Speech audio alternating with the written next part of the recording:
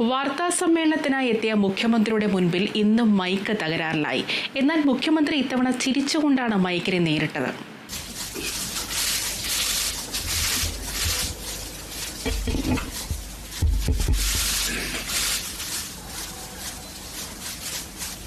ഇന്നത്തെ ക്യാബിനറ്റ് അല്പം വൈകി.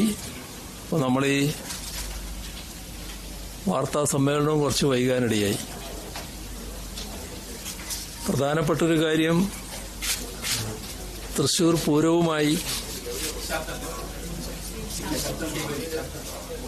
അതെന്താണ്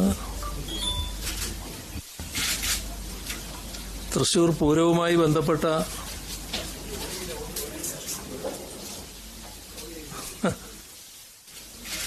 ഞാൻ വന്നിരുന്നിട്ട് ഓഡിയോ നോക്കിയാൽ അങ്ങനെ ഇരിക്കും.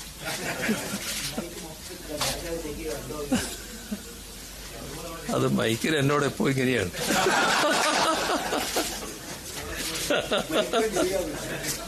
അപ്പൊ നിങ്ങൾക്കൊരു വാർത്തയായി.